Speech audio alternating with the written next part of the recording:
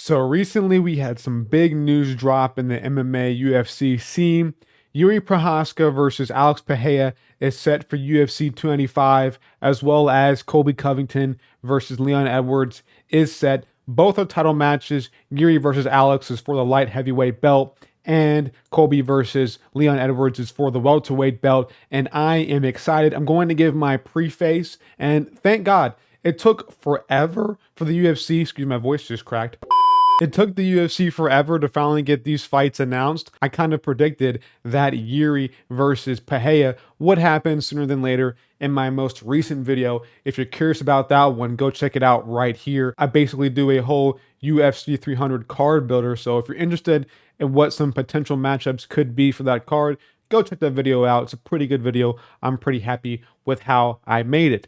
But we're going to start off here and just break down how I feel about Jiri versus Pereira. And this is a great matchup. I'm excited. This should be one of the best fights of the year. It should be the best title fight of the year. It's going to be absolute fireworks. Both guys are going to bring it. When you really break down both of their styles, they're both stand-up strikers. Jiri might grapple, maybe. I don't think that he will grapple in this matchup. It's not really in his forte, but I think in terms of predicting this, I kind of have to go with Alex Pereira here. It just seems to me that he has all the advantages on the feet. When you go back and you watch all of Jiri Prochazka's fights, he gets rocked in every single one of them. He is so open.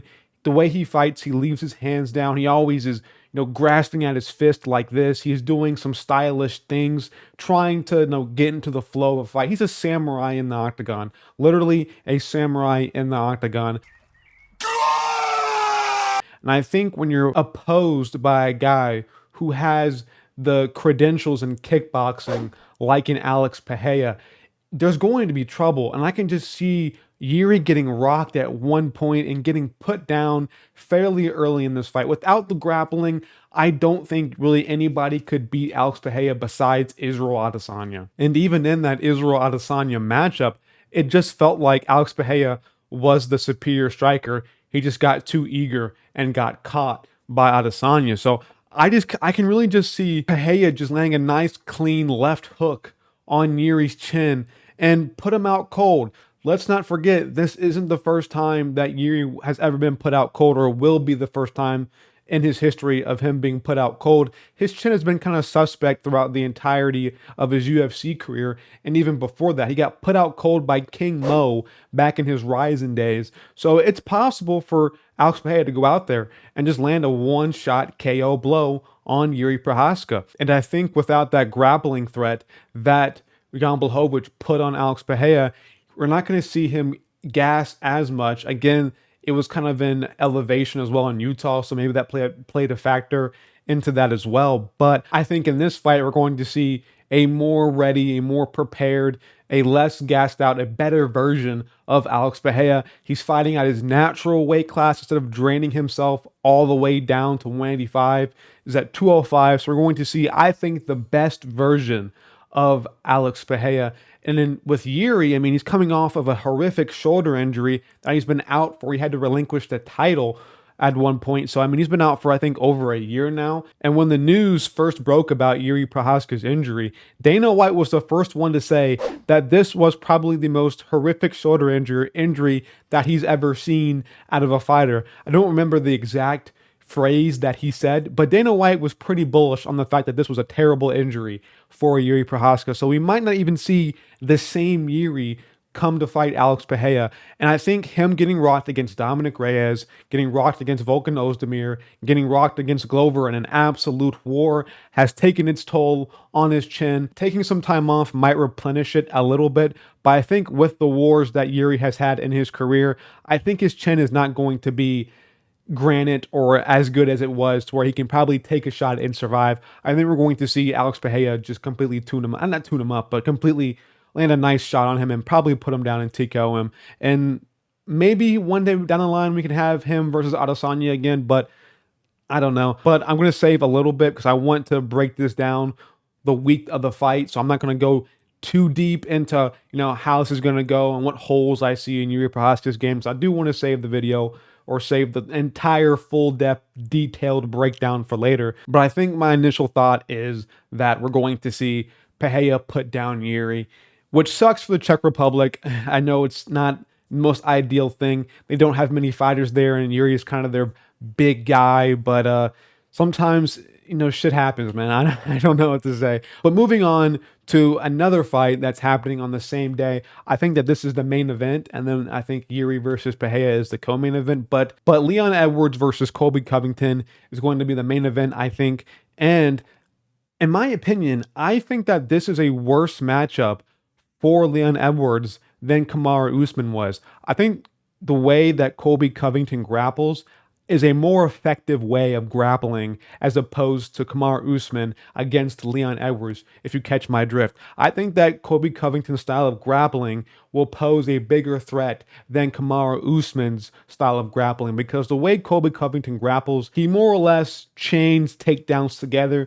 It's not only just one big shot against the cage, but still I think Leon Edwards' takedown defense will still be enough for him to defend the takedowns of Colby Covington, and maybe we might see Leon Edwards chin him on the feet.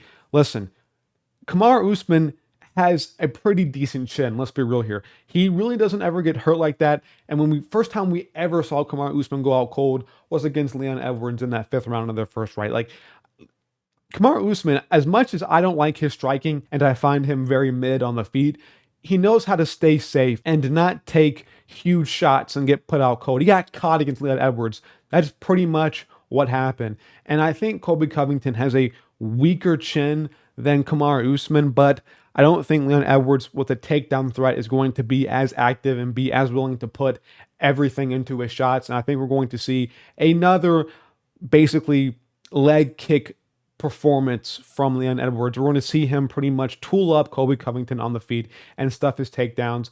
We're going to see longer grappling exchanges, I believe, but I think we're going to see Leon Edwards pretty much cruise his way to a decision, just absolutely abusing Colby Covington's legs. And now that I've broken down the fight, Colby Covington does not deserve this. Listen, this guy has been sitting out on the sidelines for years now, being quiet, not doing much, and he gets a title shot versus Leon Edwards. And I don't think he even got a win in the... Actually, no, he beat Masvidal, but he beat Masvidal. Masvidal is not a credible win. He's now retired from the UFC. I don't really understand why Colby Covington couldn't fight someone else. Like, I think everybody in the whole MMA community wanted to see Colby Covington versus like a Shavkat or somebody like that, or somebody in the top 5, maybe even Bilal, even though that would probably be an absolute snooze fest. But I really wanted to see Colby Covington get one more win before we saw him dive into a title fight against Leon Edwards. It's kind of dumb, but I don't make the rules. The UFC wanted to book this. It should have happened months ago, in my opinion, the announcement for it. But it was already leaked and rumored, but now it's finally official. I don't know, this has been an entire weird fiasco with trying to get this fight done. I think something happened with Colby Covington and Jorge Masvidal.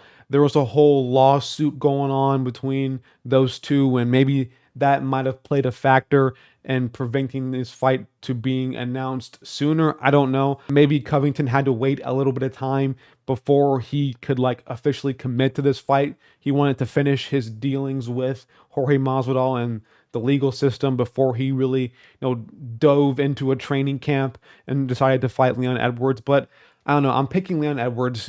Colby Covington is getting old at this point. He's not active. He's not fighting. His chin, I think, is somewhat suspect at times. And I think Leon Edwards can probably crack him on the feet. I think we're going to see Leon Edwards just put on a great performance. Probably a 49-46 decision. Let's be real here. But overall, we have two amazing matchups, and 295 is looking really nice. The end of the year for UFC is looking amazing because we have this month, we have Islam versus Oliveira. Next month, we have those two fights that I just talked about. And then I think after that, wait, is John Jones on 295? I'm forgetting. Oh, wow, I actually totally blanked. It's going to be John Jones versus Miocic. And then it's going to be Leon Edwards versus Colby Covington. And then Jiri Prochazka versus Alex Pereira. What a card. Absolutely amazing card. I don't know why I forgot that John Jones was fighting on this card. I thought it was 296. I got my months mixed up. Time is flying by quick now. I mean, the UFC is on a roll. We're going through fights or pay-per-view cards super fast. Time is definitely flying, but this is going to be an amazing card. And after that, we probably will have Conor McGregor versus Chandler be announced, I think, for 296. And then we're on our road to January and February, and hopefully the UFC can stack some cards for that. I kind of wish they might have saved Jiri versus Pereira for like 296 or 297. That would have been nice, but I think they're planning to put McGregor on the 296 card. So I don't think they want a title fight on there because you have to put a title fight as higher than a normal fight, unless they give McGregor versus Chandler for the BMF belt, which obviously that's not going to happen with Gaethje just winning it against Poirier. So I don't know. Great fights going on. I'm definitely excited. Thank you guys for watching this video. I'm out of here. Like and subscribe. Peace.